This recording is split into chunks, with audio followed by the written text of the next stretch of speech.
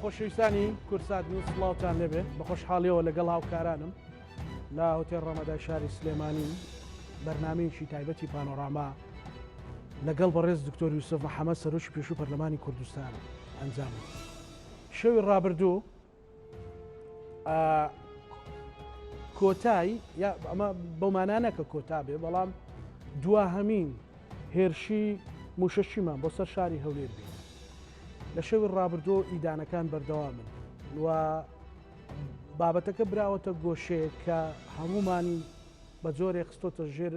ئەوەی کە بپرسین ئەو بابەتە بۆ نهێنی ئەو پلان و بابەتانە بۆ ئەمە جگەلەوەی لە ماوەکانی ڕابردووش لە هەرێمی کوردستان و ناوچە جیاجیەکانی لە هێرشی درۆنی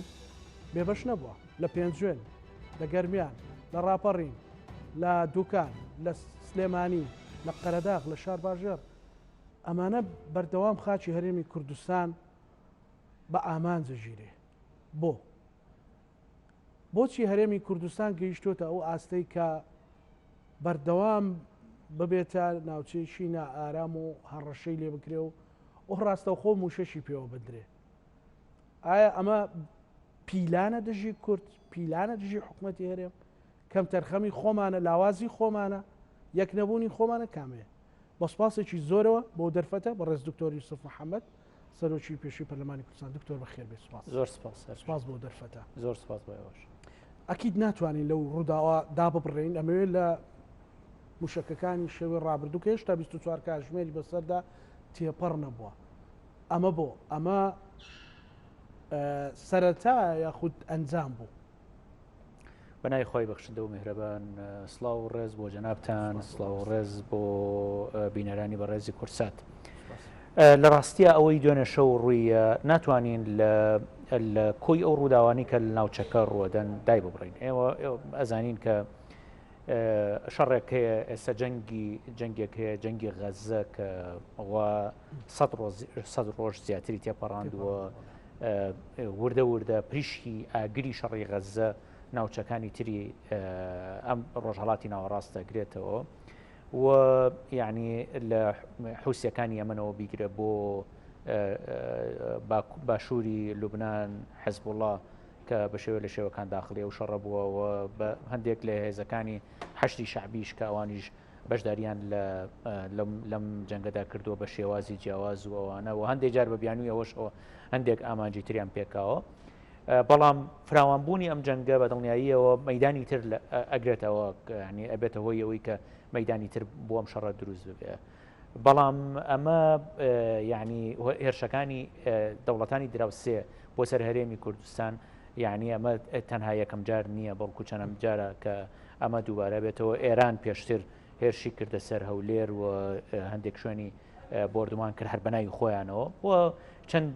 جارێکی تریشەوە و خۆشتان نەزانم ڕۆژانە ئەتوانم بەڵام هێرشی تورکیا هەیە بۆ سەر خاکی هەرێمی کوردستان لە ڕاستیە ئەبێ هیوا بخوازین کە ئەو جەنگە پەرە نەسەنەیە جەنگی غەزەوە جەنگەکانی تری جیهان ینی جەنگی ئۆکرانیا جەنگی ساردی نێوان چین و ئەمریکا لە ینی دەریای سین ئەمانە فراوان ببێ بە دڵنیاییەوە یەکێک لە ئەو قەلاوازەکانی ڕۆژهەڵاتی ناوەڕاست بریتە لە هەرێمی کوردستان بەداخەوە ئەتوانین بڵین یەکێک لە ئەو قەلاوازەکانی هەموو ئەم ناوچەیە هەرێمی کوردستانە کە ئەگەر ئەم جەنگانە فراوان ببن بە دڵنیاییەوە ساحەی هەرێمی کوردستان گۆڕەپانی هەرێمی کوردستان ئەبێتە گۆڕەپانێکی گەرمی ئەم ململانیانی کە هەیە لەبەر زۆر هۆکات کاکزانە لە ڕاستیە لەبەرەوەی ئێمە دامەزراوەی نیشتیمانیمان نییە لەبەرەوەی ئێمە سوپای نیشتیمانیمان نییە لەبەرەوەی ئێمە پەرلەمانمان نییە لەبەرەوەی ئێمە حکومڕانی نیشتیمانیمان نییە لەبەرەوەی ئێمە دەستگای هەواڵگری نیشتیمانیمان نییە ینی مەسەرەن بۆ نمونە ئێستا دوێنێ شەو ئەنجومەنی ئاسایش بەیانێکی دەرکردووە سەبارەت بەو ڕووداوانی کە ڕوویە ئەنجومەنی ئاسایشی هەرێمی کوردستان کێ سەرۆکێتی ئەندامەکانی کەن ڕاوێژکاری ئەنجومەنی ئاسایشی نیشتیمانی هەرێمی کوردستان کێ ئایا ڕاستە بەهۆی ئەو ململانیانی کە لە ناو خۆی حزبێکی دیاریکراوە هەیە تا ئێستا ڕاوێژکاری نیشتیمانی هەرێمی کوردستان دیاری نەکراوە جا لەبەرەوە بەڕاستی ئەمە یەکێک لە هۆکارەکانەوە. هۆکارێکی تری ئەمەوەیە کە ئێمە خاوەنی گوتارێکی نیشتیمانی نین لە هەرێمی کوردستان. یعنی ئێستا ئەوەی کە لێرە ئەوەی کە لە هەولێر ڕوویە هەموو بینین هەمووی ئیدانەیە کات و هەمووی سەرکۆنەیە کاتەوە. بەڵام مثلا ساڵێک پێش ئێستا مانگی 4 ساڵی ڕابردوو فڕۆکەخانی سلێمانی بە ئامانجگیرە درۆنی تورکی بردومانی فڕۆکەخانی سلێمانی کرد و لەو کاتەوە ئابڵوقەی فڕۆکەوانی لەسەر فڕۆکەخانی سلێمانیە وتەبێژی ئەوەی ناوی حکوومەتی هەرێمی کوردستان لە بری ئیدانەکردنی لە بری هەڵوێست وەرگرتن لەسەر ئەو هێرشەی کە کرا هات بەیانێکی دەرکرد پاساوی هەنایەوە بۆ هێرشەکە. یعنی تۆ سەیری کە لە پێنجوێن خێزانێکی عەرەب خێزانێکی عەرەب بە ئامانجگیران لەلایەن درۆنی تورکیەوە دژە تیرۆری ئەوەی ناوی دژە تیرۆری پارتیە بەیانێکی دەرکرد و کاوە تیرۆریست بە ئامانجگیران دوایی دەرکەوەمە خێزانێکی موسڵاوی عەرەبن ڕۆشۆن بۆ پێشوازیکردن یعنی ویسیوانە کچەکەیان لە ئێران لە خوێندن بۆ بێتەوە یعنی وەری بگرن. بەڕاستی ئێمە خاوەنی گوتاری هەموو ئەوانە لەبێ گوتاری نیشتیمانی ڕۆدا بە هەموو ئەمانە وای کردووە هەرێمی کوردستان ئێستا ئەڵقەی لاوازی هەموو ڕۆژهەڵاتی ئەتوانم بەڵێم هەموو ڕۆژهەڵاتی ناوەڕاست بێ و یعنی مەسە شتێکی وامان بەدەست نییە ئەبێ نزاب بکەین کە ئەو شەڕە بەرفراوان بۆ ئەوەی هەرێمی کوردستان نەبێتە گۆڕپانێکیەوە دەمەوێت تۆزێک ببورێت خوا با لەمە لا نەدەین مۆزوعێکی زۆر گرنگەیە. ئەمە ڕووی ئەمەی کە دوێنە ڕوویە کە بەدڵنیاییەوە پێویستە کات هەمووان ئیدانی بکەن و سەرکۆنی بکەن و ئەوە بەڵام لە ڕاستیە زۆر پێویستە بەرپرسیارانە مامەڵە لەگەڵم حەدەسە بکرێ بۆ ئەوەی حەدەسی تری بە باش هەر منیشە لەو بابەتەوە ببوورە یعنی شقام زادەیەکی لێ بکەینەوە لەو بابەتە ئەمە هێرشێکی دوژمنکارانەی ئێران بوو باڕاشکا قسە بکەین بەرامبەر بەگەلی کورد یان وکە ئەو پاساوانی خۆیان ئێڵێن کە مەجموعەیە خەڵک بووە ئەمە تحقیق بوونی پێویستی بە ئەو بەرپرسیارەتی کە جەناب باسەکەی لە ڕاستیە باجارە لە دەستگا ڕسمی عراقیەکانەوە دەست پێ بکەین کە هەموویان ئەوە بە هێرشێکی دوژمنکارانە و دەستگیرێژی کارانە بۆ سەر خاکی عراق بە شێوەیەکی گشتی بەیانی حکوومەتی عراقی بەیانی وەزارەتی خارجی عراقی و لیژنێکی تحقیقیشان دروست کردو وا وێنایەکەن کە ئەمە دەستدرێژیکردن بۆ سەر خاکی عراق و تەنانەت سەرۆکی ئەو لیژنەیەشی کە دەستنیشان کراوە قاسم عەڕەجی ڕاوێژکاری ئاسایشی نیشتیمانی عراق ئەوە ئێمە زۆر سەیری کە ئێمە زۆر قسە لەسەر عراقەکەین بەڵام ئەوە موسسەکانی هەموو دیارن هەنێ ئێستا و کابرا ڕاوێژکاری ئاسایشی نیشتیمانی عراقیە هاتووە هەر ئەمڕۆ یەکسەر ئەڵێ ئەو شوێنەی کە بە ئامانجگیراوە وانە کە ئەوە بنکەی موسادی ئیسرائیلی تیا ببووە بۆیە ئەم هێرشانە پاساویان نییە سەرباری هەموو ئەمانەش پێویستە زۆر بەرپرسیارانە مامەڕە لەگەڵ ئەم پرسە بکرێ و ئەمە نەبێتە هۆی ئەوەی کە سلسلەی ڕووداوی تر بە دوای خۆیان بێنێ و هەوڵ بدرێ بە شێوەی دیبلۆماسی زوو بە زوو ئەم پرسە چارەسەر بکرێ و ئێران وڵاتێکی دراوسەی ئێمەیە بە هەمان شێوە تورکیا وڵاتێکی دراوسەی ئێمەیە چەندە وا بکەین کە پەیوەندی دۆستایەتی دراوسەتی لەگەڵ ئەم دەوڵاتە دراوسیانە بپارێزین کارێکی زۆر باشەوێ بە تایبەتی لەم بارودۆخە تایبەتی کە لە ناوچەکە ئاگوزارێ و هەوڵێەوە بدەین کە بارگرژیەکان خاوتر بکرێتەوە. دکتۆر ئەو بابەتە بۆچی ئێمە بووینێتەوە قەلاوازە کە هەر یەک بێت مەسەلەن تەنانەت وای لێ هاتووە کە یەکێک بێوێت درۆنێکی تازە تاقیکاتەوە لەسەر ئێمە تاقیکاتەوە بزانن چۆن ئیشەکە موشک تاقیەکاتەوە لەسەر ئێمە تاقیکاتەوە بۆ ئەمالیاتەوە لە ڕاستیە ئێستا هەرێمی کوردستان لە لاواسترین دۆخەکانی خۆیەتی زانە ئەمەش پەیوەندی بە چەندین هۆکارەوە هەیە کە هەندێکیمان ئێمە باس کرد بەڵام هۆکاری تریشان هەرێمی کوردستان کە دروست بوو ساڵی 1992 هەڵبژاردن کرا و پێش ئەوە ناوچەیەکی دژەفڕین دروست بوو لەسەر دوو کۆڵەکەی ئەساسی هەرێمی کوردستان دروست بوو کۆڵەکەیان بریتی بوو بە گژاچوونەوەی خەڵکی کوردستان بۆ ئەوەی لەژێر حکمی بەعس بژین و ئەمە لە کۆڕە ملیۆنەکەی ساڵی 1991 ڕەنگی دایەوە و ئەمە وای کرد کۆمەلگای نێودەوڵەتی بێتە سەرخەت دەستێوەردانی مرۆیی بکە و لەو کاتەوە کۆمەلگای نێودەوڵەتی پشتیوانی هەرێمی کوردستان بکات جا بە ناوچەی ژەفرین دوایی بە پرۆژەی پرۆڤاید کۆمپۆرت دوایی بە پشتیوانیکردنی هەرێمی کوردستان دوو یعنی کەواتە کۆڵەکەی دووەمیشان بریتی بوو لە پشتیوانی نێودەوڵەتی کۆڵەکەی یەکەمیان پشتیوانی خەڵک بۆ هەرێمی کوردستان بۆ حکومڕانی هەرێمی کوردستان کۆڵەکەی دووەمیان پشتیوانی نێودەوڵەتی بۆ هەرێمی کوردستان ئێستا ئەمە هەردووکی لاواز بوو خەڵکی هەرێمی کوردستان بڕوای بۆ شێوازە لە حکومڕانی لە هەرێمی کوردستان نەماوە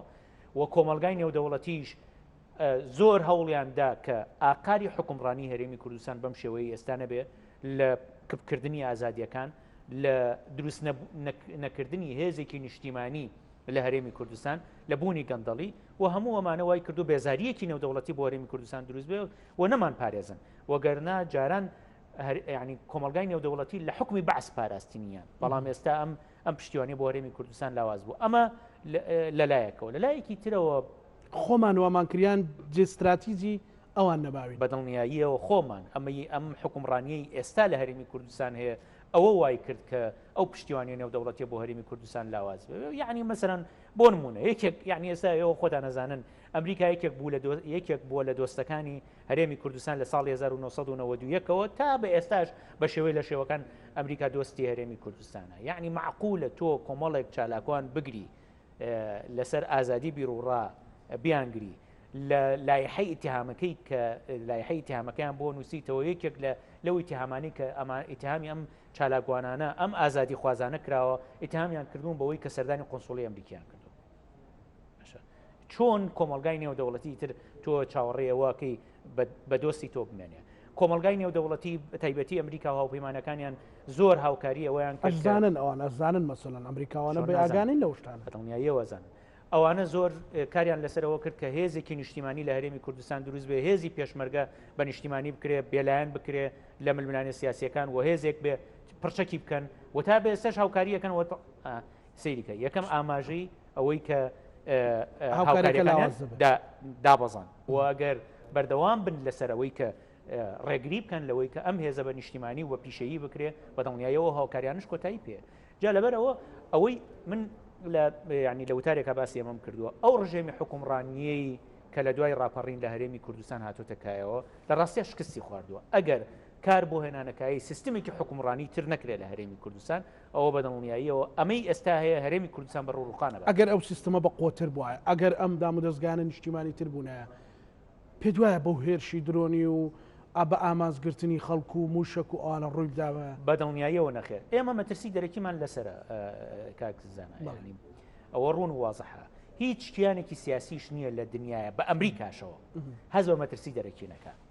بەدڵنیاییەوە هەمیشە ململانیەکان واکە مەترسی لەسەر دروست بەڵام گەورەترین مەترسی لەسەر ناوخۆی هەرێمی لەسەر هەرێمی کوردستان ناوخۆی خۆیەتی ئەگەر ناوخۆی خۆی ئێمە ئەگەر سیستمێکی حکومڕانی تەندروستمان هەبووە سیستمێکی حکومڕانیمان هەبووە کە لەگەڵ خەڵک یعنی شەرعەتی خەڵکی لەگەڵا بەردەوام بووە ئەگەر ئابوووریەکی گەشەسەندووی نیشتیمانیمان هەبووە ئەگەر هێزی چەکداری نیشتیمانیمان هەبووە بەدڵنیاییەوە نەئەتوانرا بەم شێوەی ئێستا ئەم تەڕاتێنەی کە ئێستا ڕووەدا لە سەرقاکی هەرێمی کوردستان بەو شێوەیە دروست ببێت ئێران چی ئەوێ لەو بابەتەوە کۆی ئەوەی کە ئەو پەیامانەی کە هەیە لە ڕاستیە زۆر پەیام ئەکید ڕەنگە مەسەلەن شاردۆتەوە ئەو شاراوایان بەڵێ ئێمە ڕاستی هێشتا بە تەواوەتی نازانین هۆکاری سەرەکی بە ئامانجگرتنی ئەو شوێنانە چییە تەوان یەک شوێن زەق کراوەتەوە لەوەی کە دوێنێ ڕوویە کە ینی چەند ناوچەیەکی تریش مەسەرەن سەری ڕەش لە سەری ڕەش چەند تارگێتێکی تر هەبووە چەند ئاماجێکی تر هەبووە لە شوێنی تریش هەبووە بەڵام ئێران لەژێر فشارێکی گەورەیە لەو شەڕەی کە لە ناوچەکە ڕووەدا و هەندێک جار بەرژەوەندیەکانی ئەکرێتە ئامانج و پێویستە کات وەڵام بداتەوە و یەکێک لەو شوێنانی کە ڕەنگە کەمترین تێچوونی هەبێ بۆ ئێران وەڵامی لێ بداتەوە خاکی هەرێمی کوردستانە پێیان نییە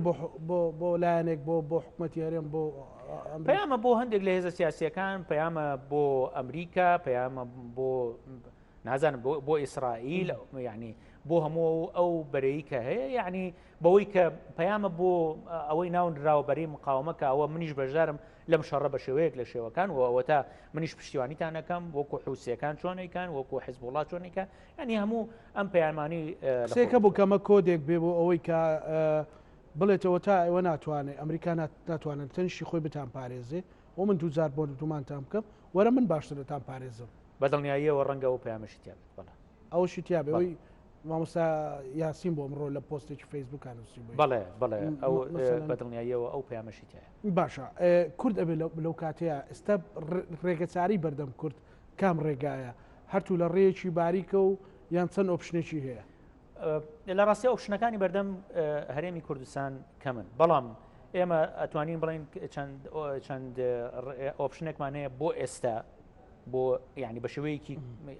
ینی ئەمەی کە لە کاتی ئێستاە و ئۆپشنی دوورمەوداشمان ئەبێ هەبێ لە ئۆپشنی ئێستا تا بکرێ پێویستەکات هەرێمی کوردستان بە تایبەتی دوو هێزە سەرکیەکەی هەرێمی کوردستان خۆیان بپارێزن لەو ململانیانی کە لە ناوچەکە هەیە بە تایبەتی لەو شەڕی کە لە ناوچەکە هەیە پێویستەکات هەرێمی کوردستان پارێزرا و بێت لەو شەڕە چونکە ئەتوانن ئەوە بکەن بەڵێ ئەتوانن ئەوە بکەن لە ئیرادی خۆیانە ئەوە بکەن خۆیان پارێزنەوە طبعاً عراقیش بەڕاستی پێویستەکات خۆی بپارێزێ عراقیش بە هەمان شێوە ناوچەیەکی لاوازە لەوەی کە ئەو ململانێن ئیقلیمی و ناودەوڵەتەکان بێنە ناو عراقەوە بۆیە زۆر گرنگە هەرێمی کوردستان پارێزراو بێت لەو ململانەی کە لە ناوچەکەیە هەیە و بە هیچ شێوەیە هەرێمی کوردستان نەبێتە سەرچاوی هەڕەشە بۆ دەوڵەتەکانی دراوسەی و هەوڵی ئەوە بدرێ ئەو کێشانشی کە هاتوۆ نەتکایەوە بە شێوەی دیبلۆماسی چارەسەر بکرێ ئەمە بە شێوەی ئانی پێویستەکات ئەوە بکرێ بەڵام ئەگەرەمانەوێ هەرێمی کوردستان بە دوور بگرین پارێزراوی بکەین لەوەی کە ئێستای بینین ئەوە پێویستەکات کۆ سەر لەبەری ئەو شێوازە لە حکومڕانی لە هەرێمی کوردستان گۆڕانکاری بەسەرا بێ و شێوازێکی تر لە حکومڕانی لە هەرێمی کوردستان بێتەکایەوە کە وەکو باسمان کرد بتوانێت جارێکی تر خەڵک ئاشکاتەوە کۆمەلگای نێودەوڵەتی ئاشکاتەوە و بەهێزەوە لە ناوخۆ لە عێراقا مامەڵە بکە عراق بە دەوڵەتی خۆی بزانێ و لە عێراقەوە بەهێزەوە پارێزگاری لە خۆی بکات باش بینە سەر عراق بەڕێز دکتۆر ئەو بەدەنگەوە هاتنەی کە دوا پەیام محەممەد شیع سوودانی بۆیش پەیامەکەی پشتیوانی هاوسۆزیە وانێ ئەوان ئەیانەوێ مجاملەی ئەوە بکەن یان وا دەریخن کە هەموو عراق یەک پارچێ و عەتفی زیاتر ڕابکێشن یان بەڕاستی ئەیانەوێ ئەو بابەتە ئیدا نەکەن و هەڵوێستیان لەسەری هەبێت یا ئەتوانن هەڵوێستیان هەبێت لە ڕاستیە حکوومەتی ئێستای عراق و بەشێکی گرنگی هێزە سیاسی حکومڕانەکانی ئێستای عراق ئەیانەوێ عراق هەمووی بە دوور بگرن لە ململانەیە لەو ململانەیە کە لە ناوچەکە هەیە و ئەیانەوە بە شێوەیەکی زۆر هاوسەنگ مامەڵە لەگەڵ ئێران و لەگەڵ ئەمریکەکانیش بکەن ڕاستە یعنی وا دەرەکەوێت کە دژی مانەوەی هێزەکانی ئەمریکا قسە ئەکەن و ئەوە بەڵام لە هەمان کاتیشە ئەیانەوێ ئەو گرژانی کە لەگەڵ ئەمریکا هەیە لە عێراقا کەم بکەنەوە بەدڵنیاییەوە هێزی تونڕەو هەن لە ناوخۆی عێراقا کەم گرژیانە زیاتر پەرە پێدەن بەڵام وەکو باسم کرد حکوومەتی ئێستای عێراق و هێزە سەرەکیەکانی پشتی ئەم حکوومەتە ئەیانەوێ عێراق بە دوور بگرن و ئەیانەوێ ئەو هەڵمەتی ئیعماری کە لە عێراق دەستی پێکردووە بەردەوامی هەبێ و هەندێک لە هێزە سیاسی عێراقیەکان بەتایبەتی هێزە سیاسی شیعەکان پندیان وەرگرتووە لە ڕووداوەکانی 2021 و ئەیانەوێ ئەو ڕووداوانە دووبارە نەبنەوە بۆیە من وا تێگەم ئەو پەیامانی کە لە عێراقەوەگا تا ڕادەیەکی زۆر ڕاستگۆیانەیە و هەوڵیەوە دەن کە هەرێمی کوردستانی لە چوارچەوەی عێراقا بە دوور بێت لەو ململانیانی کە هەرێم چۆن دەتوان استفادە لە عێراق بکات بەڵێ ئەزانی ئەمڕۆ شتێکی زۆر سەرنجڕاکێش ڕوویە کە ڕەنگە زۆر کەم سەرنجی خراپێت سەر عێراق باڵێزی خۆی لە ئێران بان کردەوە بۆ ڕاوێژکردن ئەزانی لە سەردەمی هێرشەکەی 2021یش تورکیا کردی سەر جگە لە تورکیا ئەمریکا کردیە سەر عێراق و قاسمی سولەیمانی و ئەبوو مەهدی موهەندیس بوونە قوربانی عێراقم هەڵوێستەی نەنوان بۆیە عێراق وا دەرەکەوێت کە بەفعلی ئەوێت خۆی بە دوور بگرێت لە تا ڕادەیەکی زۆر تا ئێستا توانیوێتی شێوەیەک لە هاوسەنگی بپارێزێ ڕاستە هێرشەیە بۆ سەر بنکەکانی ئەمریکا هێرش هەیە بۆ سەر بنکەکانی دۆستەکانی ئەمریکا ڕاستە هێزە سیاسە شیعەکان مەترسیان هەیە لە بوونی بنکەکانی ئەمریکا لە هەرێمی کوردستان بە تایبەتی لە نزیک فڕۆکەخانەی هەولێر و لە ئەمبار و ئەمە بە سەرچاوی مەترسیەزان بۆ سەرداهاتی خۆیان بەڵام بە شێوەیە لە شێوەکان هەوڵیەوەدەن پەیوەندیکی هاوسەنگ لەگەڵ ئێران و ئەمریکەکانیش و لەگەڵ خەلیجیەکان و سعودیەکان و ئێرانیەکان بگرنە بەر بۆی خۆیان پارێزن لەو ململانێ گەورەی کە لە ناوچەکەیە هەیە کەواتە هەرێمی کوردستان باشترن ڕێگە بۆی تا خۆی ڕێگە خاتەوە نیکە لەگەڵ بەغدایە ڕێک و تەبابێت نەک لەم کاتەیە بەڵکو لە هەموو کاتێکە باشترین ئۆپشن لە بەردەم هەرێمی کوردستانەوەیە کە پەیوەندیەکانی خۆی لەگەڵ بەغا چاکاتەوە یعنی سێری کە کاک پێزانە ئێمە لە چەند دەوڵەتی کەم ناوچەیە هەین لە کام یەکێک لەم دەوڵەتانی ناوچەکە ئەو مافانەی کە بۆ خەڵکی هەرێمی کوردستان چەسپێنراوە لە چوارچەوەی دەوڵەت دەستوری عێراق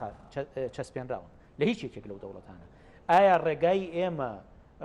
ڕێگای تورکیایە ڕێیان ڕێگای ئێرانی یان باشترین ڕێگا بۆ ئێمە ڕێگای عێراقە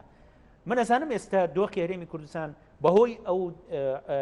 ینی سیستمی ڕژێمی حکومڕانی کە لە هەرێمی کوردستان هەیە لە دۆخێکی لاسەنگە بەرامبەر بە عێراق بە تایبەتی ئەمانە ڕێک نەکەوتن لەگەڵ عێراق تا کارتی نەوت لە دەستیان هاتە دەرەوە تا بۆری نەوتەکەیان لێگرتنەوە ئەو کات ڕۆشتن ویستیان لەگەڵ عێراق دەکەون بەڵام سەرباری هەموو ئەمانە باشترین بژاردە بۆ هەرێمی کوردستان بریتیە لەوەی کە لەگەڵ عێراق پەیوەندیەکی زۆر باشی هەبێ و پەیوەندیەکان لەگەڵ عێراقا ڕێک بخرێتەوە و هەوڵی ئەوە بدرێ و کێشانی کە لەگەڵ عێراقا هەن بە شێوەیە لە شێوەکان چارەسەر بکرێن ئەو ئیرادی ئەبینی بەداخەوە کەمەی بینم و زۆر جار بۆ مەبەستی تایبەتی هەوڵی ئەوە درێ کە کێشەی ڕووکەش لەگەڵ عێراق دروست بکرێن من ئەزانم لە ناو هێزە سیاسەکانی عێراقیش یعنی هێزی لەو شێوەیە هەن کە تەغزیەی خۆیان لەسەر دژایەتیکردنی هەرێمی کوردستان ئەکەن و لە هەرێمی کوردستانیش بە هەمان شێوە بەڵام سیردەوەیە کە کاتێک یێتە سەر دابشکردنی پۆست و مەناسبەوەوانە ئەم دوو هێزە متەناقزەی کە زۆر متەناقزن علەساس بەیەکەوە ئەوانە لەسەر مێزی گفتوگۆن بۆ دابشکردنی دەستکەوتەکان بۆیە باشترین چارەسەر بۆ عێراق و بۆ هەرێمی کوردستانیشەوەیە کە ئەو خطابە توندە دژ بە یەکتر بۆستێنرێ و پەیوەندیەکی هاوسەنگی یەکتر تاواوکردن لە نێوان عێراق و هەرێمی کوردستان بێتەکایەوە ئەوەی کە بیندرێت تەنها موچەیە مەسەلەی موچەیە کاموچە لە بەغداوە بێت دابش بکرێت نایەت ناوەنەوەش هەتا پێش سەری ساڵ و دوای سەری ساڵیش وتەبێژی حکوومەتی هەرێم تون بوو بەرامبەر بەغدا نازانم ئەو توندیە لە چیەوە دێ دکتۆر مەسەلەن هەرەوە توندیە وای کرد هەرەوە توندیەی کە ئەو جۆرە قسانە وای کرد کە درۆنەکان بگەنە سەری ڕەش و هەندێک شوێن لە سەری ڕەش بردمان کرد ینی ئێستا لە دوانێک بۆیە باج و بۆیە بەڵێنی لەسەرە بۆیە ئەو توندیە لە قازانجی کەس نییە لەبری ئەو توندیە باشکردنی دۆخی ناوخۆی هەرێمی کوردستان بە تایبەتی لە ڕووی ئێستا باسی مەسلەی موچەوانەمان کرد یعنی ئێستاش گەندەڵی لە هەرێمی کوردستان لە ئاستێکی ئێجگار بەرفراوانە درێژەی پێدرێ باشە ئێستا بۆ نمونە ئەوە وتمان نەوت لە ڕێگەی بۆریەوە وەستاوە نەوت کە ئەفرۆشرێ ئەستا نەوت ئەفرۆشرێ بە قاچاق ئەفرۆشرێ و نەوت ئەفرۆشرێ بە هینەکان بە پاڵاوگە ناوخۆییەکان داهاتەکەی چەندێکە داهاتەکەی بۆ کۆڕە داهاتە ناوخۆیەکانی هەرێمی کوردستان بۆ کۆڕە کەس نازانێت جا لەبەرەوە لەبری ئەم قسە و هینە نابەجیانی کە هیچ خزمەتێک ناکە زۆر زۆر گرنگ بوو ئێستا هەرێمی کوردستان داهاتەکانی خۆی ڕێ بخاتەوە و ئەو گەندەڵی کە هەیە چارەسەر بکرێ و هەوڵی ئەوە بدرێ بەش لانی کەمی موچە دابین بکرێ بۆ ئەوەی یعنی تۆ لە نەمەوقفی لاواز و لە موقعی لاوازە و نەڕۆی و توێش دەگەڵ بەغا بکەی ئێستا لەبری ئەوەی کە کێشەکانی ئێمە یعنی گفتوگۆکانی ئێمە لەگەڵ بەغا پرسی ناوچە جەناکۆکەکان بێ پرسی شراکت لە بڕیاردانی سیاسی لە عێراق بێ مەسلەی دروستکردنی ئەنجومەنی ئیتحاد بێ لەبری ئەوەی کە وتوێژەکانمان لەسەر ئەمە بێ هەموو وتوێژەکانی ئەمانە کە ئەڕۆن بۆ بەغا هاتوۆتە سەر مەسلەی موچە بەغدا لە چ چوارچەوەیەک موچیانەداتێ لە بەغا هەرێم جناب تزانی دێمە بە بەردەوامی کۆنتاکتمانهێزە هێزە سیاسیەکانی عێراق و لەوێش ینی ئەو دیدار و چالاکیانی کە لەوێش ئەنجامێتین وێنەی ئەمان لە بەغا ئێستا ئەوەیە کە ئەمانە داهاتەکانی ناوخۆی هەرێمی کوردستان بۆ خۆیانە بن و بە هەڵەداوان هەموو جارێکیش ئەڕۆن بۆ بەغا بۆ ئەوەی شتێ پارە بپچڕن بۆ موچەی فەرمانبەرانی هەرێمی کوردستان جا لەبەرەوە وێنەیان لە بەغا وای لاتوە ئەمە جگە لەوەی کە وێنەیان وەکو تەرەفێکی شکست خواردووە یعنی 2020 زۆر هاوارمان کرد کە ئەو کاتە کە هێشتا نەوت بەدەست هەرێمی کوردستانەوە بوو لەگەڵ عێراق ڕێککەوتنێکی متەوازن کەن عێراق سکاڵاکانی خۆی لە دادگای باڵای فدرالی و لە دەستەی ناوبشیوانی پاریس بکشێنێتەوە بەڵام ئەمەیان نەکرد ڕێک لە دوای دەرچوونی قەرارەکانی هەردوو دەستە دادوەریەکە ڕۆشتن بۆ بەغا بۆ دانوستان لەسەر مەلەفی نەوت و ئێستا وەکو تەرەفێکی شکست خواردوو مامەڵەیان لەگەڵا کرد بۆیە ئێمە هەوڵماندا بۆ چارەسەرکردنی ئەم لاسەنگیە هاوڵاتی خۆی کە خاوەن مافی دەستوریە بێنینە ناو معادلەکەەوە و هەوڵماندا کە دیداری ڕاستەوخۆی نێوان موچەخۆران نوێنەری موچەخۆران و سەرۆگۆزیرانی عراق ڕێک بخەین چکە ئەمانە خاوەن مافن خاوەن مەطلبن ئەمانە ئەو خاوەن بەرژەوەندیە نین وەکو دەسەڵاتدارانی هەرێمی کوردستان لە چوارچێوەی مافە دەستوریەکانی خۆیان داوای مافەکانەکەن. باشە دکتۆر ینی ئەوەی کە لێرە بۆ هەرێمی کوردستان و بۆ بەغداش بەسەلەن تەنها موچەت پرسە نیشتیمانیەکان زیاتر ناباتە دواوە یان مەسەلەن دۆخەکە بۆ هەرێمی کوردستان قورستر ناکە تۆ چی بەس داوای پاریان لەکەی بەدڵنیاییەوە یعنی لە یەکێک لە گروپەکانی تەلێگرامی عێراقیەکان شتێکم بینی ئەو ڕۆژە زۆر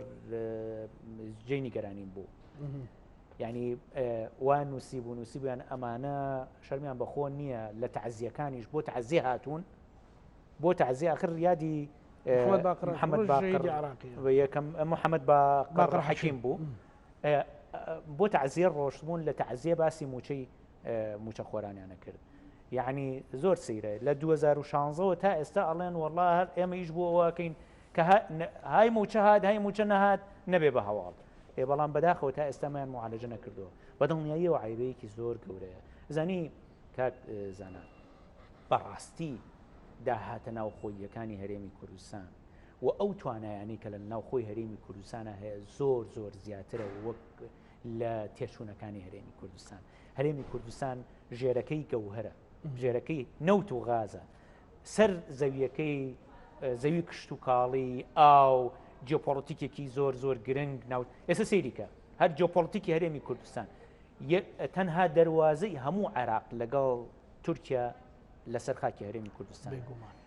یەکەم دەواازە دووەم دەواازە سێهەم گەورەترین دەواازەی ئاڵوگۆڕی بازرگانی لە نێوان عێراق و هەرێمی کوردستان لا عفو لە نێوان عێراق و ئێران لە هەرێمی کوردستان جێوینێکی وا گرنگمان هەیە ئەمە جگەلەوەی کە خەڵکی هەرێمی کوردستانیش بەڕاستی خەڵکێکی خاوەن عەقڵ و این و ئەوەن کە اینجا گەنجێکی زۆرمان هەیە کە ئەتوانن کار بکەن یعنی ئەگەر حکومڕانیەکی باش لە هەرێمی کوردستانە هەبوایە دیسانەوە گەڕێنەوە بۆ ئەو قسانەی کە ڕابردوو کردمان بەداخەوە حکومڕانیەکی زانستی و تەندروست و پشت بە خوێندەوەعریفە خوێندەوار لە هەرێمی کوردستان نییە وەگەرنا تواناکانی هەرێمی کوردستان زۆر لەوە زیاترە تۆ بۆ موچە پێویستی بە بەغاابێ ئێمە پێویست بەوە بوو بۆ شتیتر پێویستمان بە بەغاابێ بۆ ئەوە پێویستمان بە بەغاابێ کە لە چوارچەوەی بەغایە هەرێمی کوردستان بپارێزین لە چوارچەوەی بەغایە هەرێمی کوردستان ڕۆڵێکی گەورەتر لەسەر ئاستی ناوچەکە ببینێ و ئەمە ڕۆڵی حەقیقی هەرێمی کوردستان دکتۆر گلەی زۆر لێواکرێت لە ئەوانەی کە خطابێکتان هەبوو کە ئەگەر هەرنەوتی هەرێمی کوردستان ڕادستی بەغدا بکرێت ئەوە دنیا زۆر خۆشە بێەوە بە شامی شەریف و زۆر ئەوەتان پێ ئەوترێتەوە کوان ئەوانەی ئەیانوت مەسەلەن زوو ئەو تعلیقا درێ بۆ ئەو شامی شەریفە دروست نەبوو یان هەر بەڕاستی نەوتەکان ڕادست کرد و پارە نەهاتەوە و بەغدا نایدا یاخود بەڕاستی هێشتا تاریکی و لێڵێکەیە من کێشەم لەگەڵ خیتابێک هەیە کاک دکتۆر وەکو هاوڵاتی وەکو ڕۆژنامە نووس یعنی بابەتێک هەبێ بابەتێک هەبێ تەنانەت پێیان ناخۆشە هەندێک لە سیاسیەکان لە میدیاش بۆ خەڵکی ڕوونکەیتەوە ئۆتۆماتیکی بەرگێکی نەتەوەی لە بەرەکەن و ئەڵێ نەها زوڵممان لێکەن یعنی ئمە بۆ هەر خۆمان بە مەزلوم پیشاندەی یعنی خۆی گەورە و هەموو ئیرادەی بە مرۆڤ بەخشی و بۆ ئەوەندە بەزەلیلی ئەتێ میلەتەکەت پیشاندەی ئەمە کامیانە کاک دکتۆر جالەمەی ئەخیرتەوە دەست پێەکەم کە زۆر زۆر دروستە بەڕەحمەت بێ کاک نەوشیروان زۆر پێی ناخۆش بوو مەسەلەن هەندێک خەڵک ناوی خۆیانە بێچارە یا نازانم چی ئەی باشە بۆ ئەمە خەڵکی ئەمە بۆەوە ڕاهاتووە کە هەمیشە ئەبێ خۆی لە دۆخێکی زۆر زۆر لاوازە ببینە فعلەن وایە ینی باوەڕە هەبێ کە زۆر جار دەرەوەمان بینیەوە نیە چین سەردانی دەرەوەکەینەوە ینی داوەتەکرین بۆ کۆنفرانس بووی پیا و خەمەخوا لەوەی ینی ئێمە وەکو کورد ئەم هەموو توانا و لێوەشاوەیە بەشەری و طبیعیەمان هەیە لە هەرێمی کوردستان لە ناو هەرێمی کوردستان بەڵامە بینین یعنی لە دۆخێکی بەم شێوەین کە وەکۆی جەنابەت باست کرد یعنی سەیری کە تاکی کورد لێرە ئەبێ بە دوای ئیشێکی زۆر زۆر بەسیتە وێڵ بێ بەڵام یعنی تاکی کورد کە ئەڕاتە دەرەوە لە باشترین زانکۆکانی دنیا دوایی ئەتوانێت دەرز بڵێتەوە یعنی ئەتوانێت پێ بگە لە باشترین شوێنە تەکنۆلۆژیەکانی تری دنیا ئەتوانێت ئیش بکە یعنی نامەوێت زۆر بچمە ئەو بابەتە بەڵام سەبارەت بە بەشی یەکەمی پرسیارەکەش وە بزانم جاری پێشوور بۆ جەنابتم ڕوون کردەوە یعنی بەردەوامەوترێتەوە بەڵێ لە ڕاستیە فعلەن بە بەردەوامی گڵێنەوە من زۆر گوێی پێنادەم چونکە خەڵک خۆی وشارەوە و لە ڕاستیە ئەوانش زۆر لەو ئاستە نەزمترین کە بەرگی نیشتیمان پەروەری بە باڵای خۆیانە ببڕن و لە باڵای خەڵکی تری لێ بکەنەوە چونکە مێژویان دیارە بەڵام ئێمە کاتی خۆی زۆر هاوارمان کرد کە من هەر بە دەقیقی اینێکم هەیە یعنی گرتەیەکی تۆمارکراوم هەیە لێکێک لە تەلەڤیزۆنەکانی خۆیان لێکێک لە تەلەڤیزۆنەکانی خۆیان ساڵی 2021 پێشەوەی دادگای باڵای فدرالی دەست بەکار بێتەوە داوام لێ کردوون وتومە پێشەوەی دادگای باڵای فدرالی دەست بەکار بێتەوە پێشەوەی بڕیاری نادی پاریس دەرچێت کە ئەو کاتە ئێمە مازانی سکاڵایەکیش لە دەستەی ناوبژیوانی پاریس هەیە وەرن لەگەڵ حکوومەتی عراقی ڕێککەوتنێکی هاوسەنگ کەن لە بواری نەوتە بۆ ئەوەی چونکە دوایی ئەو بڕیارانە دەچن هەر بە نەس وام وتومە بۆی چونکە دوایی ئەو بڕیارانە دەربچن لە ساڵحی ئەو وەزع نابێت کە لە هەرێمی کوردستان هەیە بەڵام بەگویان نەکردین ئەو ئێستا هەیە ئەوە نییە کە ئێوە تانوت ها ئەوەی ئێستا هەیە ئەوە نییە نەنە ئەمان کاتی ڕۆشتن بۆ دانوستان وەکو ڕێک وەکەوەی چۆن عراق ئەم هەموو دنیا لە سەدام پاڕانەوە وتیان لە کوێت بکشێرەوە پێشەوەی شەڕەکە دروست بێت نەکشانەوە هەتاکو بە زۆر دەریانکردن لە کوێت دوای ئەوە ڕۆشن لە خەیمەی سەفوان ڕێککەوتنی ئەوکو بڵی تەسلیم بوونیان ئیمزا کرد ئەمانیش دوای ئەوەی بۆری نەوتەکان لێ گیرایە قوفڵی نەوتەکان لێ گیرایەوە ڕۆشتن ڕێککەوتنی تەسلیم بوونیان ئیمزا کردی ئەوە شتە نییە کە ئێمە باسمانە کرد کاتی خۆی باشە دکتۆر ئێستا ڕێگە چارەی ڕاستەقینەی نیشتیمانی بۆ ئەوەی تاچی کوردی چیتر بە مەزلوم شانە دەی یعنی بەڕاستی کارە ساتە دکتۆر من ئەوە جارێک تریش ئەو ڕێیە ئەگەر ئیجازە بێ بە ئیجازەی جەناب و بینەران یعنی مامۆستا لێرە سواری پاس دوچێ لە بەغا داوا بکە ئەی ئەو لەشکرە سیاسە بۆ مثلەن مامۆستا یان موچەخۆر یان فەرمانبەر دینێ دوایی لە بڕگەیەکی تر دێمە سەر سکاڵاکانی بەڕێزیشتان ئەمە حاڵی بێ ئێستا ڕێگەی موئەسەساتی نیشتیمانی بۆ ئەوەی لەگەڵ عێراقا مادەم پەیوەندیەکان بەو شێوەیە کامەیە کە تۆ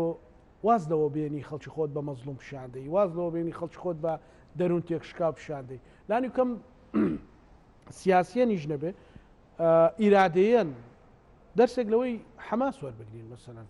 من ناڵم کوشتن مەسەلەن مبارەزیان مبارەکە بکەین بەڵام بێ ئەو ئیرادەی پیشاندەی ئەوان کە تەوق کراون حەسڵ کراون چی ئەکەن یان وەرە ئەوە بکە یان بڕۆ ڕێکەوە لە ئەچوارچێوەی نیشتیمانیە ئاخر ئەوە بۆیە ئەویان پێکرێ چکە ئەوان سەرکردەکانیشان وەکو خۆیان وان سەرکردەکانە ناڕۆن مەسەن لەگەڵ ئیسرائیل ڕێککەون ئیمتیازات لە ئیسرائیل وەربگرن و خۆیان لە دۆخێکی زۆر خراپە بن ئەوان سەرکردەکانیشان وەکو خۆیان وان سەرکردەکانیشان وەکو خۆیانە کوژێن بەداخەوە ئەمەی کە لە هەرێمی کوردستانە هەیە خۆی یعنی ئەو سوڵتەی کە لە هەرێمی کوردستان خۆی بەشدار بێت لە هەموو امتیازەکانی لە بەغا هەیە لە پۆستەکان لە پارە و لە هەموو شتێک و خەڵک لە دۆخێکی ئێژگار خراپە بێ و هەموو جارێکیش کە شتێکە بێ ئەڵێن وڵا خەتای بەغایە بۆ خەتای بەغ ئەی بۆ خەتای تۆ نییە ئەی باشە بۆ داهاتەکانی هەرێمی کوردستان ڕوون و ئاشکرا ناکەی بۆ واز لەوە نایێنن کە داهاتەکانی هەرێمی کوردستان یعنی بەو شێوەیە بەو شێوە حزبیە دابەشەکەن بۆیە ئێمە پێویستمان بەوە هەیە یعنی وەکو باسم کرد هەر لە سەرەتاوە حکومڕانیەکی نیشتیمانی لە هەرێمی کوردستان بێتەکایەوە کە ئەم حکومڕانیە لە پێناوی خەڵکی کوردستان حکومڕانی بکە نەک لە پێناوی کۆمەڵە کەسایەتی و خێزان و حزبی دیاری کراوە بەڵکو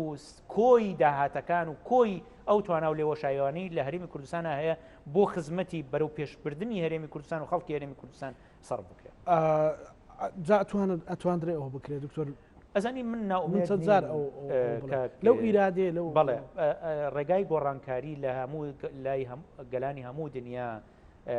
یعنی بە ڕۆژ و ڕۆژ نەبووە بەدڵنیاییەوە فشار بکەین بۆ هێنانەکاییەوە من دڵنیام ڕۆژێک لە ڕۆژان ئەگەینە ئەو ئامانجەوە ئەگەینە ئەوەی کە ئەوە حکومڕانیە دروست بکەین و ئەمان ڕێگامانە یعنی ئەزانی ناتوانین ڕابکەین ئەم وڵاتە وڵاتی ئێمەیە ناتوانین بڕۆین بۆ هیچ شوێنێکی تر پێویستەکات لێرە هەوڵی چاکردنی ئەم وڵاتە بین کە هی خۆمانە هەمومانە سکاڵای تری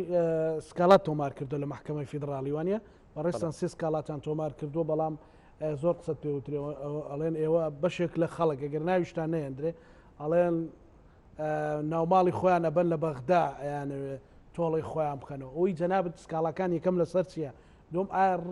شتی زاتیە ڕقی شخصیە یان نیشتیمانیە ئەوە وەکو ئەو قسانی کە لەسەر تەوترێ خۆی زۆر ئەوە باسەکرێت نەگەرەوەی کە باسەکرێەوە مەجموعیشان ڕاست پاردبوو بڕۆن لە دادگای هەولێر سکاڵامان لەسەر تۆمارکەن علەساس ئێمە قەواری هەرێم هەڵەوەشینەوە چیە وڵا سکاڵامان بردو بۆ دادگای باڵای فدرالی ئەو دادگای باڵای فدرالی خۆیان نوێنەریان داناوە بۆی حاکمیان بۆ داناوە باشە ئێمە لەگەڵ دەرکردنی یاساکەی نەبووین لە 2021 محکمە فدرالی بەڵێ هەندێک اعتراضمان لەسەر ئەو تعدیلە هەبوو ئەو شێوازە لە تعدیلکردنەکەی هەبوو کە کاتی خۆی تۆمارمان کردو و لەگەڵی نەبووین بەڵام ئەم دادگایە ئێستا هەیە و ئەم دادگایە بەشێکە لە دەوڵەتی عێراق ئەوان شەڕ لەسەر پۆستەکانی بەغدا ئەکەن لەسەرەوە کۆمارەوە شەڕی لەسەرەکەن تا فەڕاشێ بۆ خۆیان ڕەوایە بەڵام ئێمە ئەگەر سکاڵایەکی یان داوایەکی خەڵکی کوردستان بەرینە بەردەم ئەم دادگایە ئیتر ئەوە وازان کوفرمان کردووە ئێستا لە ڕاستیە ئەو وەکو باسم کرد من بەڕاستی گوێ بەو شتانە نادەم هیچ گوێی پێ نادەم چونکە جارێکی تر دووبارە یەکەمەوە ئەوانە لە موقعێک نین کە بتوانن بەهای نیشتیمان پەروەری بە خەڵکی تر بفرۆشنەوە سکاڵاکان بڵێ سێ داوامان هەیە دوو داوایان پەیوەندیدارە بە کێشەی جوتیارانی ناوچەجە ناکۆکەکان ئەمە کارێکی هاوبەشە لەگەڵ خەت و دیلان غەفور کە پەرلەمانتاری کوردی ناوچەجەیان کەرکووکە و لەگەڵیشی کۆمەڵێک لە هینەکان جوتیارانی کە بەڕاستی دەورێکی هەندێکیان دەورێکی زۆر کاریگەریان هەبوو لە دادبینیەکان و لەگەڵ برای پارێزەرم کاک زەردەشت کە مامۆستا زەردەشت ینی کارێکی پێکەوەی کردومانەمانەوێت ئەو کێشەیە چارەسەر بکەین کە پەیوەندیدارە بە بڕیارەکانی ئەنجومەنی شۆڕشی هەڵوەشاوی پێشوو ئەوە دوو سکاڵانەوەیە و سکاڵایەکی تریش ینی داوایەکی تریشان بریتە لە پرسی لە بەرزکردنەوەی هەرێمی کوردستان کە لەگەڵ پارێزەرێکی خۆبەخش و مامۆستایان و فەرمانبەرانی ناڕازی ئەوەمان کردو کە بەداخەوە لە 2016 بە شێوەیەکی ناڕەوە پرسی ینی پرەبەرزکردنەوە لە هەرێمی کوردستان وەستاوە مدێک دیاری کراوە بۆ 21 مانگ هەر سێ سکاڵاک هەر سێ داواکە مرافعی هەیە 21 مانگە 21 مانگ بەڵێ چاوەڕێکی بڕیاری لەسەر بدرێ وا چاوەڕێکین کە ئیشاڵا هەر سێ داواکە لە قازانجی داواکاران تەواو بێت لە 21 مانگە مەسەلەی هەڵبژاردننی کوردستانیش بڕیاری لەبارەوە ئەدرێت ڕەنگە بڕیاری لەبارەوە بدرێت هەڵبژاردن چی ئەگۆڕێ یان ئەبێت چی بگۆڕە لە هەرێمی کوردستانە دکتۆر لە ڕاستیە هەڵبژاردنێک بە تەنیا ناتوانێت کۆی شتەکان بگۆڕێ بەڵام ئەنجامدانی هەڵبژاردن بە شێوەی نەزیه گرنگە و هەڵبژاردننی پارێزگاکانی عێراق سیگناڵێکی ئیجابیە لەوەی کە تەزویر زۆر لە ئاستێکی کەم بوو دووبارەکردنەوەی بەردەوامی هەڵبژاردنەکان گرنگە بۆ ئەوەی پرۆسی دموکراسی بڕاتە پێشەوە بەڵام لە هەمان کاتیشە پێویستە کات پرۆسی هەڵبژاردن هەم پاک بکرێتەوە لە گزی کاریەوە و لە هەمان کاتیشە عادلانەتر بێ یعنی دادپەروەرانەتر بێ مەسەرەن یعنی وەکو چۆن لە عێراق ئێستا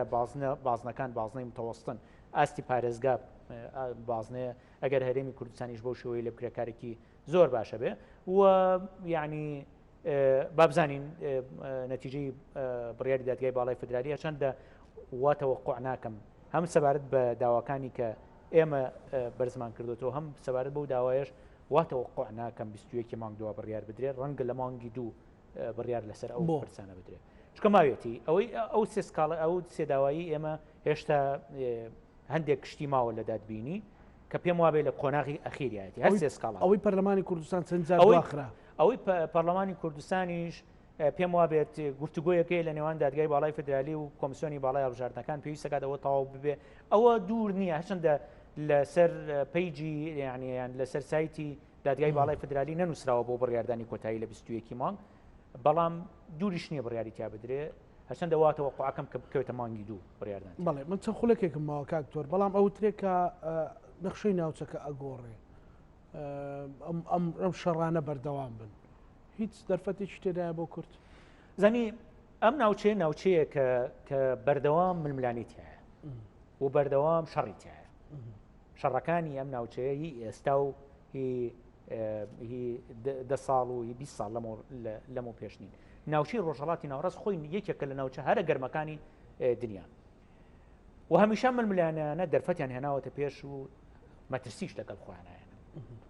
ئێمە ئەگەر لە هەرێمی کوردستان بتوانین ئەو شێوازە لە حکومڕانی لە هەرێمی کوردستان بگۆڕین و حکومڕانیەکی سەردەمیانەی لە هەرێمی کوردستان بێتەکایەوە بە دڵنیاییەوە ئەتوانین سوود لە دەرفەتەکانی ململانیەکانی ناوچەکە وەربگرین و خۆمان پارێزین لە مەترسیەکانی بە پێچەوانەوە ئەم شێوازە لە حکومڕانی لە هەرێمی کوردستان بەردەوام بێ ئەوە من بێت و دڵیەڵێم هەر ململانەیەک لەم ناوچەیە دروست بێتەکایەوە پرشکی مەترسیەکانی بەر هەرێمی کوردستانەکەوێ و هەرێمی کوردستان هێندەی تر لاوازەکە و ئەگەر ململانیەکان گەیشتە ئاستی شەڕێکی سەرتاپاگیر بە دڵنیایی و هەرێمی کوردستان بەرەو لێواری ڕووخاند نەبات خەتێکی خەتی مەسلەی دێگەڵە ڕەنگە بۆ جەنابشت مێژووکی ناخۆشی بێوانێ مێژووکی سەربەرزی بەس ناخۆش بۆ پردێ زیاتر تۆ بۆ ڕێگار ڕۆیشتی ئەو خەتە تۆخ بکرێتەوە بۆ شێوەیە بڕوە دوو ئیدارەی لە ڕاستیە ئەو خەتە هەر هەبوو و ئەو خەتە و کاتی کە من لە سەرۆکایەتی پەرلەمانیش بووم هەندێک جار ئاماژیان پێدا بەڵام من نەمەویست بڕیاری پەرلەمانی کوردستان بخەمە ژێر باری ئەو مەترسیانەوە و جارێکی ئاخر جاریان کە ئاماژەیان پێدا لەگەڵم باسی ئەوەم کرد کە ئەو خەتە باس کێشاوێتی ئەو خەتە جێگای سەربەرزی نییە جێگای شەرمەزاریەکی زۆر گەورەیە بۆیە ئاماژەدان بۆ خەتە ئاماژەدانێکی دروست نییە ئەو خەتە بەردەوام بێت ململانیەکانی ناوچەکە درێژە بکێشن وەکو باسم کرد هەرێمی کوردستان ئەبێتە یەکێک لە گۆڕەپانە هەرە گەرمەکانی ئەو ململانیانی کە لە ناوچەکەیە قسێکەیە کە زەختێکێ لە هەنە عراقیەکان و ئیقلیمیەکان سەرۆکی ئێستا هەرێمی کوردستان کەمێک نزیکترکەنەوە لە وازی هەیە حکومڕانی کە پێشتر لە حکوومەت بووە و لە حزبەکەشی کە ئەو پەیوەندی بە حزبێکی دیاریکراوەیە بەڵام لە ناوخۆیانە تۆزێک ئەویان پەراوێز خستووە ئەمە تا چەند ڕاستە و پێیەوەی کە بەڕێستان بەردەوام ئاگاداری وەسەتی سیاسی و بیرکردنەوەی عراقیەکان ڕاستەکەی من نامەوێت لەو ململانیانی لە ناوخۆی هێزەکانان بەتایبەتی لە ناوخۆی پارتی قسە بکەین و ئەوە پەیوەندی بە ناوخۆی خۆیانەوە بەستم بۆ کۆی هەرێمی کوردستان پێ دوات تێگەیشتێکی لەو بابەتە من پێم وایە کێشەکە لە هەرێمی کوردستان بریتی نییە لەوەی کە کێ لە چ پۆستێکایە ئەم شێوازە لە حکومڕانی کە هاتووتەکایەوە ئەمە شێوازێکی ناتەندروستە خۆ ئەوەی ئەو بەڕێزی کە جەنابی شەباسیەکەی ئەوە خۆی سەرۆکی حکوومەت بوو بەڵام ڕەنگە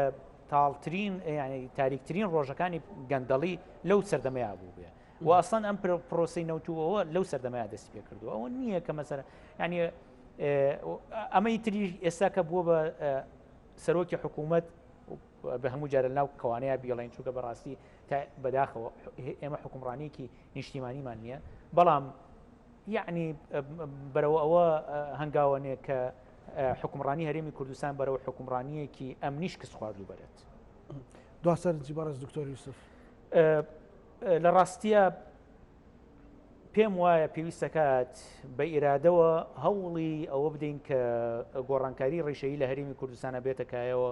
بۆ ئەوەی ئەو ڕۆژگارە ناخۆشانی کە ئێستا خەڵکی هەرێمی کوردستانە پیا تێپەڕێ لە ڕووی سیاسیەوە ئەو ناومێدیە گەورەیە لە ڕووی ئابوووریەوە بە هەمان شێوە بگۆڕین بۆ هێنانەکایی سەردەمێکی زێڕین لە هەرێمی کوردستان و من هەمیشە ئەمەوێت ئەوە بڵێم پێویستە کات ناومێت نەبین و بە ئومێدەوە هەوڵ بۆ هێنانەکایی گۆڕانکاری بن زۆر زۆر سپاس بۆ بەڕێز دکتۆر یوسف محەممەد سەرۆکی پێش پەرلەمانی کوردستان سپاس بۆ دیدارە سپاسەکەی بینەرانی خۆشەویست لەگەڵ هاوکارانم پانۆڕامامان پێشکەشکردنە ولاکتان ئەمانەتی خوای گەورە بن خواتان لەگەڵ